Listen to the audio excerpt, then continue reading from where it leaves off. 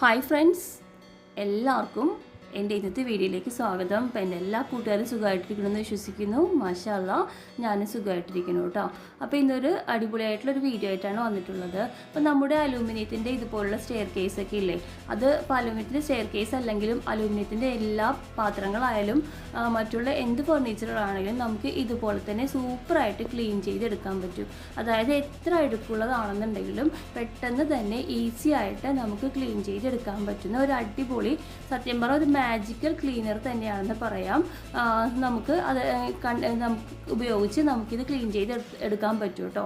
അപ്പോൾ ആദ്യം തന്നെ നമ്മൾ ഇതുപോലുള്ള സ്റ്റെപ്സൊക്കെ ഒരു നനഞ്ഞ തുണി, അതായത് ഒരു കോട്ടൺ തുണി എടുത്തിട്ട് നനച്ചതിന് ശേഷം ഒന്ന് തുടച്ചെടുക്കുക കേട്ടോ. അപ്പോൾ ഞാൻ തുടച്ചെടുത്തിട്ടുണ്ട്. ഇനി നമ്മൾ ഉപയോഗിക്കുന്നത് ഈ ക്ലീനറാണ്. അപ്പോൾ ഞാൻ പറഞ്ഞില്ലേ മാജിക്കൽ ക്ലീനർ എന്ന്, അപ്പോൾ അത് ഇതാണ് കേട്ടോ. അപ്പോൾ ഇത് ഉപയോഗിച്ചിട്ട് സ്പോഞ്ചില്ലേ, സ്ക്രബ്ബറൊന്നും ഉപയോഗിക്കരുത്. സ്ക്രബ്ബറൊക്കെ ഉപയോഗിച്ച് വരുമ്പോഴേക്കും സ്ക്രാച്ചൊക്കെ വീഴും. അപ്പോൾ അതിൻ്റെ ഭംഗിയൊക്കെ പോകും. നമ്മൾ ഭംഗി ഉണ്ടാക്കാൻ വേണ്ടിയാണല്ലോ ഇതുപോലെ എന്താ പറയണ ക്ലീൻ ചെയ്തൊക്കെ എടുക്കുന്നത്. അപ്പോൾ അത് ഭംഗിയുടെ ആകാതിരിക്കാൻ സ്ക്രബ്ബർ പോലുള്ള സംഭവങ്ങളൊന്നും നമ്മൾ ഉപയോഗിക്കരുത്.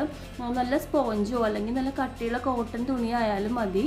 അപ്പോൾ ഈ നമ്മൾ ആ കോട്ടൺ തുണിയോ സ്പോഞ്ചോ ഉപയോഗിച്ചിട്ട് നമ്മുടെ ഈ ഒരു ക്ലീനർ അതിൽ മുക്കിയതിന് ശേഷം ഇതുപോലെ തുടച്ചു കൊടുക്കുക കേട്ടോ. അപ്പം ഇങ്ങനെ ഒന്ന് നമ്മൾ ഇതുപോലെ ഇങ്ങനെ തുടക്കുമ്പോഴേക്കും നമുക്ക് അപ്പോൾ തന്നെ അതിൻ്റെ ആ ഒരു പവർ അറിയാൻ പറ്റും. നമ്മളിത് അപ്ലൈ ചെയ്യുന്ന സമയത്ത് തന്നെ ഇതിലുള്ള അഴുക്കുകളൊക്കെ ഇളകി വരുന്നത് നമുക്ക് കാണാൻ പറ്റും. അഴുക്കൊക്കെ മൊത്തം ഇളകിയിട്ട് ഒന്ന് കറുത്ത കളറിലായിട്ട് ഓരോരോ ഭാഗത്തേക്കും മാറി നിൽക്കുന്നത് കാണാൻ പറ്റും കേട്ടോ.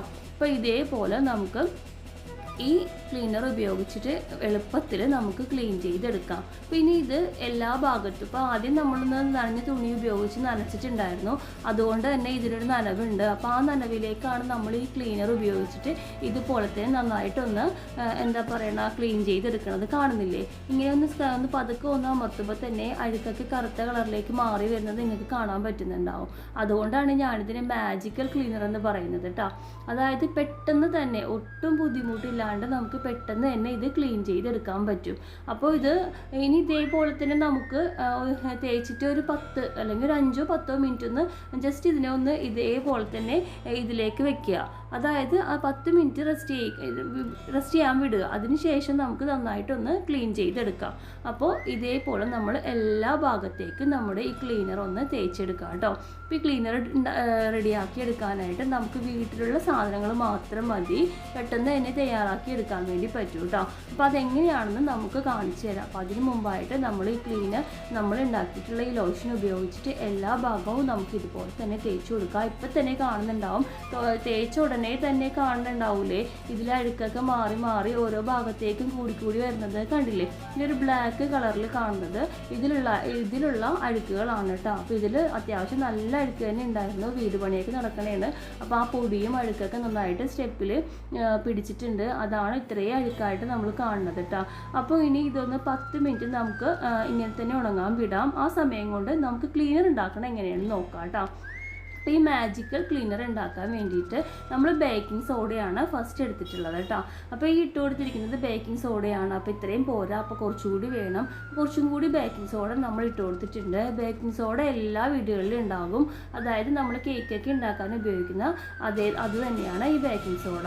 അപ്പോൾ അതിനകത്തേക്ക് ഇനി വേണ്ടത് നമ്മൾ പാത്രം കഴുകാനായിട്ട് ഉപയോഗിക്കുന്ന ഡിഷ് വാഷ് ഇല്ലേ, അതുകൂടി നമ്മൾ ഇതിനകത്തേക്ക് ഒഴിച്ചു കൊടുത്തിട്ടുണ്ട്. ഡിഷ് വാഷ് അല്ല, സോറി, ലോഷൻ. ഇപ്പോൾ ഡിഷ് വാഷ് ആണെങ്കിൽ അതിട്ട് കൊടുത്താലും മതി. ഇപ്പോൾ നമ്മൾ ലോഷനാണ് ഇതിനകത്തേക്ക് ഇട്ട് കൊടുത്തിട്ടുള്ളത്.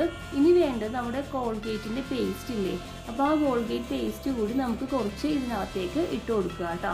പിന്നെ വേണ്ടത് ഇത്രയും വന്നത്രയും നമുക്കറിയാൻ പറ്റും. ഇനി വേണ്ടത് എന്താണെന്ന്, അത് തന്നെയാണ് നമ്മുടെ വിനീഗർ. അതായത് നമ്മുടെ വൈറ്റ് വിനീഗർ കൂടി ഇതിനകത്തേക്ക് ചേർത്ത് കൊടുക്കുന്നുണ്ട് കേട്ടോ. അപ്പോൾ എപ്പോഴും ഇത് മിക്സ് ചെയ്യുമ്പോൾ അത്യാവശ്യം നല്ല വലിപ്പമുള്ള പാത്രത്തിൽ എടുക്കാൻ ശ്രദ്ധിക്കണം. അതുപോലെ തന്നെ ഇതിൻ്റെ അളവും കാര്യങ്ങളൊന്നും ഞാൻ പറയുന്നില്ല. നിങ്ങൾക്ക് എത്രത്തോളമാണ് അതിൻ്റെ ആവശ്യം അതനുസരിച്ച് ഒരു കണക്ക് കൂട്ടലുണ്ടാവുമല്ലോ. അപ്പോൾ ഇത്രയും ആവശ്യമാണ് ഇത് ക്ലീൻ ചെയ്യാമെന്ന്, ആ ഒരു കണക്ക് കൂട്ടൽ പാത്രത്തിനനുസരിച്ച് നിങ്ങളുടെ ഒരു ഇതിൽ നമുക്ക് ഇത് തയ്യാറാക്കി എടുക്കാൻ പറ്റും. അപ്പോൾ ഇതുപോലെ ചെറിയൊരു പാത്രമായിട്ടാണ് എൻ്റെ കയ്യിലിരുന്നത് ഇതിങ്ങനെ പതഞ്ഞ് വന്നത് കേട്ടോ. അപ്പോൾ ഇത് ഞാൻ മാറ്റി വേറൊരു വലിയ പാത്രത്തിലാക്കിയിട്ടാണ്, കണ്ടില്ലേ ഇത് പുറത്തേക്ക് വരാൻ തുടങ്ങി പതഞ്ഞ്. സ്പൂൺ ഇടുന്നതിന് മുമ്പേ ഇത് പതഞ്ഞ് മുകളിലേക്ക് വരണുണ്ടായിരുന്നു. അപ്പോൾ ഞാനൊരു വലിയൊരു പാത്രത്തിലാക്കിയിട്ട് മാറ്റി വെച്ചിട്ടുണ്ട്. ഒരു 10 മിനിറ്റ് കഴിഞ്ഞിട്ടുണ്ട് നമ്മളിപ്പോൾ ആ ക്ലീനർ ഇതിനകത്തേക്ക് തേച്ച് പിടിപ്പിക്കും കേട്ടോ. ഇനി അതിന് ശേഷം ഒരു നനഞ്ഞ തുണി ഉപയോഗിച്ചിട്ട് നമുക്ക് അഴുക്കുകളൊക്കെ ഒന്ന് തുടച്ചെടുക്കാം, നല്ലതുപോലെ തന്നെ തുടച്ചെടുക്കണം കേട്ടോ. അപ്പോൾ ഇത് സിമ്പിളായിട്ട് തന്നെ നമ്മൾ നല്ലൊരു ഉപയോഗിക്കുമ്പോൾ തന്നെ അതിനകത്തേക്ക് ഈ അഴുക്കുകളൊക്കെ പോകും. ഇപ്പം നിങ്ങൾക്ക് കാണാൻ പറ്റുന്നുണ്ടാവും നല്ല വൃത്തിയിൽ നമ്മൾ ആദ്യം എത്രത്തോളം വൃത്തികേടായിട്ട് കിടന്നിരുന്ന സ്റ്റെപ്സ് ആണെന്ന് നിങ്ങൾക്ക് ഈ കൈവരിയാണെന്ന് മനസ്സിലായിട്ടുണ്ടാവും. അത് എത്ര സിമ്പിളായിട്ടാണ് നമ്മളിപ്പോൾ വെളുപ്പിച്ചെടുത്തതെന്ന് മനസ്സിലായിട്ടുണ്ടാവില്ലേ. ഇനി എന്താ വേണ്ടത്, ഇനി ഇതിപ്പോൾ ഉണക്ക തുണി ഉപയോഗിച്ച് നന്നായിട്ട് ഉണങ്ങിയിട്ടുള്ളൊരു കോട്ടൺ തുണി ഉപയോഗിച്ച് നമ്മൾ തുടച്ചെടുക്കണം കേട്ടോ. അപ്പോൾ ഇത് ഈ ഒരു ഭാഗത്തുകൂടി കുറച്ചുകൂടിയൊക്കെ നമ്മൾ അഴുക്കൊന്ന് റിമൂവ് ചെയ്തെടുക്കാനുണ്ട്. ഇപ്പോൾ ഇതേ നനഞ്ഞ തുണി മാറ്റി നമ്മൾ നല്ല ഉണങ്ങിയ തുണി എടുത്തിട്ട് നമ്മൾ ക്ലീൻ ചെയ്തെടുത്തിട്ടുണ്ട്. ഇപ്പം തന്നെ കാണാൻ പറ്റില്ല എത്രത്തോളം നമ്മുടെ സ്റ്റെപ്പിൻ്റെ ഈ കൈവരി ക്ലിയർ ആയിട്ടുണ്ടെന്ന്. പഴയതും ഇപ്പോൾ നമ്മൾ ക്ലീൻ ചെയ്തതും കൂടി നിങ്ങൾക്ക് നല്ലതുപോലെ വ്യക്തമായിട്ട് മനസ്സിലായിട്ടുണ്ടാവില്ലേ. അപ്പോൾ ഇനി എന്താ, അപ്പോൾ എല്ലാവർക്കും പെട്ടെന്ന് തന്നെ ഇത് എങ്ങനെ ക്ലീൻ ചെയ്തെടുക്കണമെന്ന് മനസ്സിലായിട്ടുണ്ടാവില്ലേ. അപ്പോൾ നമ്മുടെ ഇന്നത്തെ വീഡിയോ എല്ലാവർക്കും ഇഷ്ടപ്പെട്ടു എന്ന് വിചാരിക്കുന്നു. അപ്പോൾ ഇഷ്ടപ്പെട്ടാൽ ലൈക്ക് ചെയ്യാനും ഷെയർ ചെയ്യാനും സബ് ചെയ്യാനും മറക്കരുത്. അപ്പോൾ അടുത്ത വീഡിയോ ആയിട്ട് വരുന്നത് വരെ നന്ദി, നമസ്കാരം.